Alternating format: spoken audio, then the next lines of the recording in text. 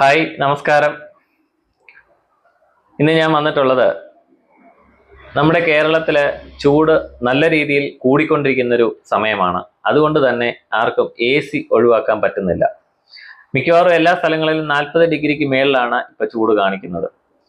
ഇന്ന് നമ്മുടെ എല്ലാ ചെറിയ സ്ഥാപനങ്ങളാണെങ്കിൽ പോലും, അതല്ലെങ്കിൽ വാഹനങ്ങളിലാണെങ്കിൽ പോലും, ഓഫീസുകളിലാണെങ്കിൽ പോലും AC ഒരു അത്യന്താപേക്ഷിത ഘടകമായിട്ട് മാറിയിരിക്കുകയാണ്. അപ്പോൾ ഈ അടുത്തിടയ്ക്ക് എൻ്റെ സുഹൃത്തുക്കളും അല്ലെങ്കിൽ നമ്മൾ വർക്ക് ചെയ്തിട്ടുള്ള ക്ലയൻസും ഒക്കെ ഇടയ്ക്ക് വിളിച്ച് ചോദിക്കാറുണ്ട്, നമുക്ക് ഏത് കമ്പനിയുടെ AC വാങ്ങണം, അതല്ലെങ്കിൽ അതിൻ്റെ അളവ് എത്രയാണ്, ഏതിനാണ് കൂടുതൽ സർവീസ് കിട്ടുന്നത് എന്നൊക്കെ ചോദിച്ചിട്ട് വിളിക്കാറുണ്ട്. അപ്പം എനിക്കറിയാവുന്ന കുറച്ച് കാര്യങ്ങൾ നിങ്ങൾ എല്ലാവർക്കും വേണ്ടി ഷെയർ ചെയ്യുന്നതിന് വേണ്ടിയിട്ടാണ് ഞാനിപ്പോൾ വന്നിട്ടുള്ളത്.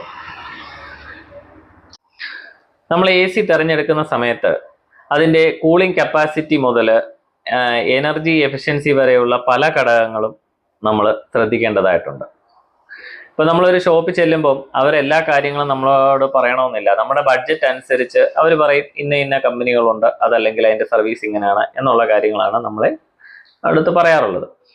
എന്നാലും നമുക്ക് പൊതുവായിട്ട് അറിയേണ്ട കുറച്ച് കാര്യങ്ങളുണ്ട്. ആദ്യമേ തന്നെ നമ്മൾ അറിയേണ്ടത് ഇതിൻ്റെ കൂളിംഗ് കപ്പാസിറ്റി, അതല്ലെങ്കിൽ അതിൻ്റെ ടണ്ണേജ്. ഇപ്പോൾ 1 ടണ്ണ് അല്ലെ 1.5 ടണ്ണ് 2 ടണ്ണ് എന്ന് ഒക്കെ പറയാറുണ്ട്. അതാണ് AC-യുടെ ഒരു മാനദണ്ഡം, അളവിൻ്റെ മാനദണ്ഡം. അപ്പൊ അത് നമുക്ക് ഏകദേശം ഒരു റൂമിന്റെ വലിപ്പം 120 സ്ക്വയർ ഫീറ്റ് തൊട്ട് അല്ലെങ്കിൽ 100 സ്ക്വയർ ഫീറ്റ് തൊട്ട് 140 സ്ക്വയർ ഫീറ്റ് വരെ ഏകദേശം നമ്മുടെ ഒരു റൂമിന് 1 ടണ്ണിന്റെ AC ആണ് നമുക്ക് ആവശ്യമായിട്ട് വരുന്നത്.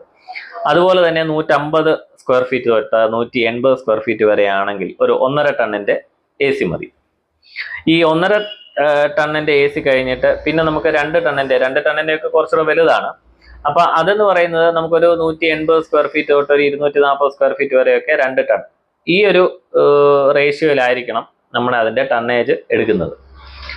അപ്പൊ നോർമലി നമ്മുടെ വീടുകളൊക്കെ തന്നെ ഒരു 150 സ്ക്വയർ ഫീറ്റിനകത്തുള്ള വീടുകളാണ് വരുന്നത്. അവിടെയൊക്കെ നമുക്ക് 1 ടണ്ണൊക്കെ മതി. 140 മേളിലോട്ട് വരുമ്പോൾ മാത്രം 1.5 ടണ്ണൊക്കെ എടുത്താൽ മതി. ഇതാണ് ഒരു കാര്യം. അതുപോലെ തന്നെ അടുത്തത്, നമ്മൾ ഇതിന്റെ ഈ സ്റ്റാർ റേറ്റിംഗ്, നമ്മളിപ്പോൾ ഏത് പ്രോഡക്റ്റ് മേടിച്ചാലും അതിന്റെ റേറ്റിംഗ് നോക്കിയിട്ടാണ് മേടിക്കുന്നത്. അപ്പൊ അങ്ങനെ വരുമ്പം മിനിമം നമുക്ക് ഒരു 3 സ്റ്റാർ റേറ്റിംഗ് ഉള്ള കമ്പനിയുടെ എങ്കിലും വാങ്ങണം.